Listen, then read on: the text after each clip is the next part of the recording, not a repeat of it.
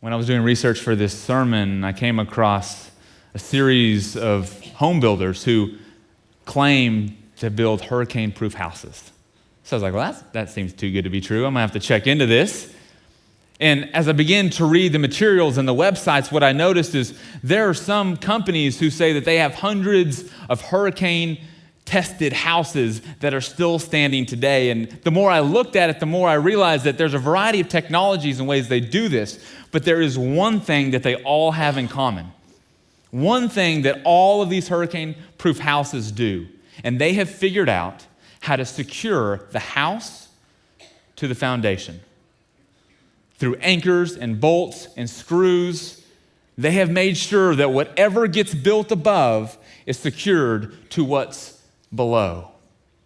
And the same is true for our own lives. If we fix our lives to the rock, it's not that we'll escape the storms, but we'll weather them. And I think in Jesus' teaching, he gives us 3 steps on how we do this. The first, to begin to build the foundation on Jesus, you have to know what Jesus knows. For some of you, you're still trying to explore this Christianity thing. You're not real sure about it. You just knew that someone's going to introduce you to somebody cute this morning, and that's why you came.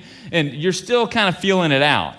But you're like, okay, how do I do this, Stephen? What does this first step look like? You have to know what Jesus knows. That's why we put a reading plan in your bulletin this morning.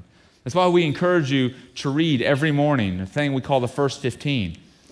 To spend time reading Jesus' words and his teachings and read about his life so that you can know what it is that Jesus is trying to teach us. Second thing you have to do is you have to do what Jesus did. For some of you, you know what Jesus taught. You know the songs, you know the scriptures, you could teach somebody else.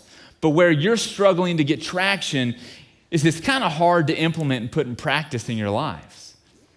And so the second step, the way that we fix our lives to the foundation of Christ, is we have to begin to do the things that Jesus tells us to do. We have to look at his life and the example he sets for us about how we're supposed to be in relationship with other people, even people we don't like, how we're supposed to forgive and love and serve and actually put ourselves second sometimes, to humble ourselves, to show grace and compassion.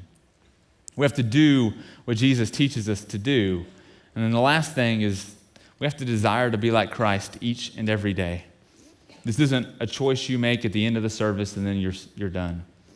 This is something that you commit to each morning, something you commit to each night, that in every way possible you want to be like Christ. And the good news is you don't have to do this alone. There's a grace that exists in our lives that helps us in this process. But it comes with an inner desire to change so that your life transforms and looks like Christ's life. See, the good news this morning is it doesn't matter where you are in your life today, what foundation you've previously built your life upon, the status of your life or your house.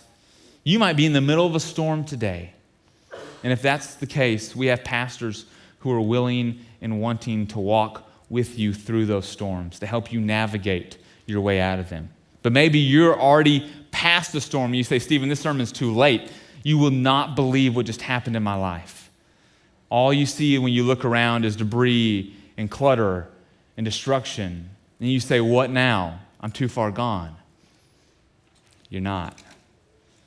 Jesus invites us to build our house and our life on him each and every day. And it is never too late to rebuild. You are never too far gone for the love of Christ.